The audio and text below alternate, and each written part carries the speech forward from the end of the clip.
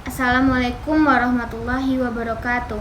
Baiklah teman-teman semuanya, saya Zulfa Purnamasari dengan NIM 23016133 akan menjelaskan tentang administrasi ketatausahaan. Nah, tugas ini dibuat untuk memenuhi mata kuliah administrasi dan supervisi pendidikan yang diampu oleh Bapak Hanif Al-Qadri. Nah, kita langsung saja ke dalam materinya. Untuk mengetahuinya, tentu kita harus mengetahui pengertian dari administrasi ketatausahaan itu sendiri. Nah, tata laksana pendidikan yang sering disebut dengan istilah administrasi tata usaha, yaitu segenap proses kegiatan pengelolaan surat menyurat yang dimulai dari penghimpunan, mencatat, mengelola, menggandakan, mengirim, dan menyimpan semua bahan keterangan yang diperlukan oleh organisasi. Nah, dengan pengertian ini, maka tata laksana atau tata usaha bukan hanya meliputi surat-surat saja, tetapi semua bahan keterangan atau semua informasi yang berwujud warakat. Nah, pekerjaan tata usaha sendiri meliputi rangkaian aktivitas menghimpun, mencatat, mengelola, menggandakan, mengirim, dan menyimpan keterangan-keterangan yang diperlukan oleh suatu organisasi. Nah, tentu ada proses dari administrasi ketatausahaan itu kan. Ada beberapa proses. Yang pertama ada persuratan atau penataan surat. Nah, tata cara persuratan di lingkungan Departemen Pendidikan dan Kebudayaan itu diatur dalam Keputusan Menteri Pendidikan dan Kebudayaan tentang pedoman tata persuratan dan kearsipan di lingkungan Departemen Pendidikan dan Kebudayaan.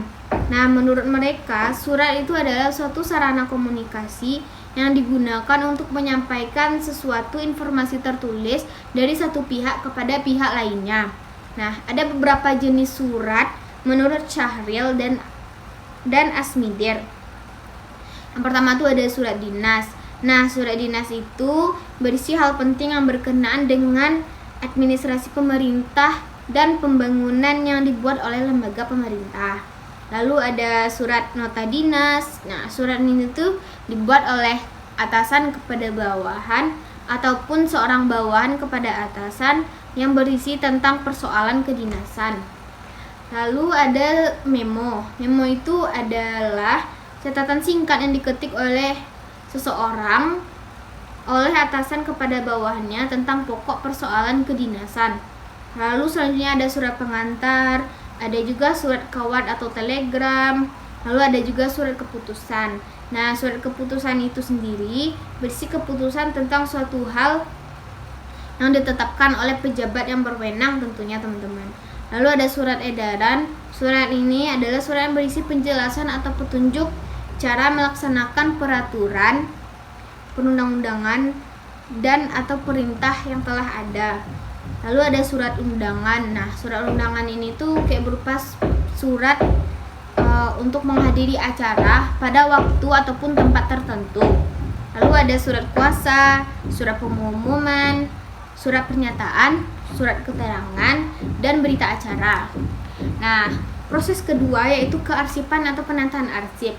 Nah, ada beberapa penataan yang berkaitan dengan arsip ini. Yang pertama ada azas penataan arsip. Azas penataan arsip sendiri ada 3. Yang pertama ada azas sentralisasi, desentralisasi, dan azas gabungan. Lalu ada sistem penataan arsip. Arsip itu bisa disusun baik itu berdasarkan masalahnya, waktu, lalu abjad, tanggal, nomor, dan wilayah. Lalu prosedur penataan arsip itu sendiri ada 6, yaitu kita meneliti arsip yang akan kita simpan, lalu mengelompokkannya, lalu meneliti kesesuaian lampiran, lalu mengklasifikasikan arsip, lalu mengindeks arsip dengan cara memberi ciri khas atau tanda suatu arsip, lalu kita menyusun arsip sesuai dengan sistem penyimpanan menurut pola. Lalu proses selanjutnya yaitu tata ruang kantor atau sekolah. Tata ruang kantor itu sendiri adalah pengaturan ruangan kantor serta penyusunan alat-alat perabotan sekolah ataupun kantor pada luas lantai dan ruangan kantor yang tersedia untuk memberikan suasana yang nyaman bagi pekerja tentunya. Nah, tata ruang kantor itu adalah pengaturan perabotan mesin dan sebagainya. Tentunya ada hal-hal yang harus kita perhatikan agar hal-hal buruk nggak ditimbulkan. Yang pertama, persyaratan hukum tentunya sudah harus dipenuhi ya. Lalu ruangan yang digunakan demi keuntungan terbesar. Lalu pelayanan yang harus disediakan bila diperlukan.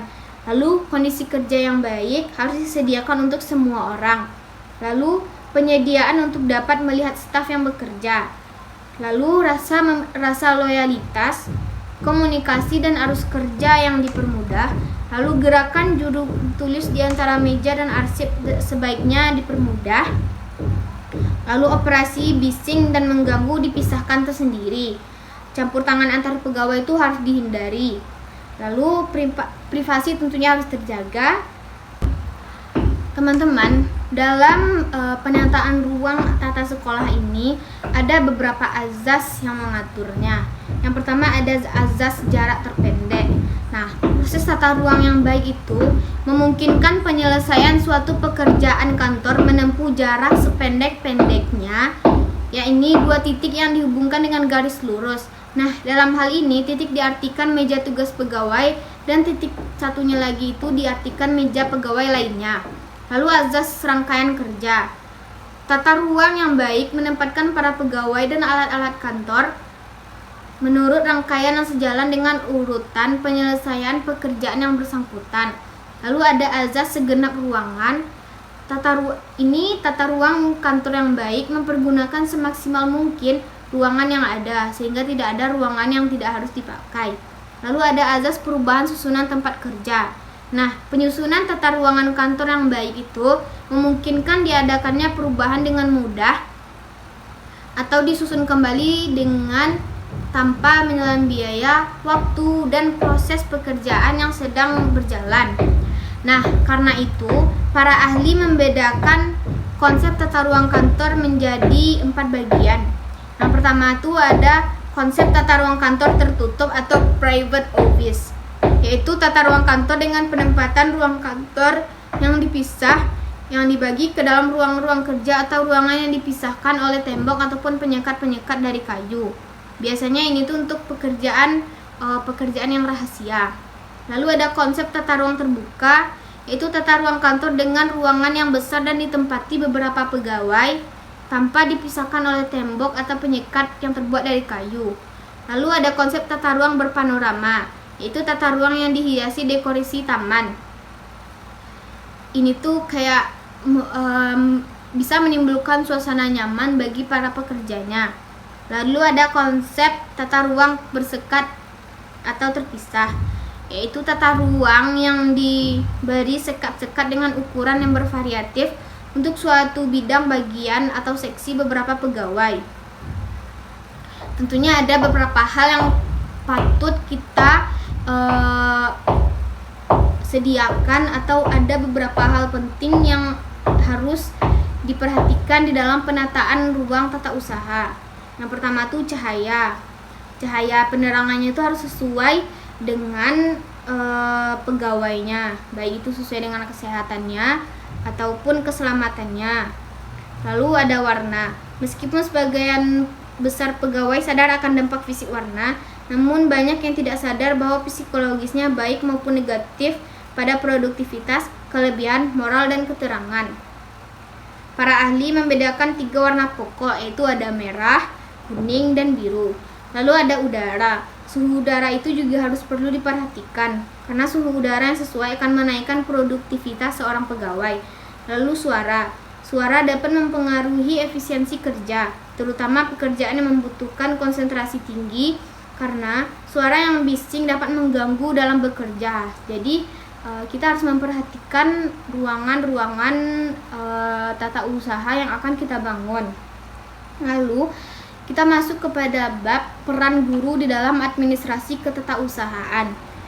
Nah, peran guru di dalam administrasi ketetausahaan itu yaitu yang pertama, terlibat secara langsung atau tidak langsung dalam memberikan layanan, lalu menghimpun, mencatat, mengelola, menggandakan, mengirim, menyimpan, dan menemukan kembali berbagai keterangan berkenaan maupun yang menunjang penyelenggaraan dan pendidikan di sekolah, lalu membantu perkembangan lembaga persekolahan dengan memberikan masukan-masukan yang inovatif kepada para pegawainya, dan ini akan meningkatkan loyalitas para pegawai di sekolah.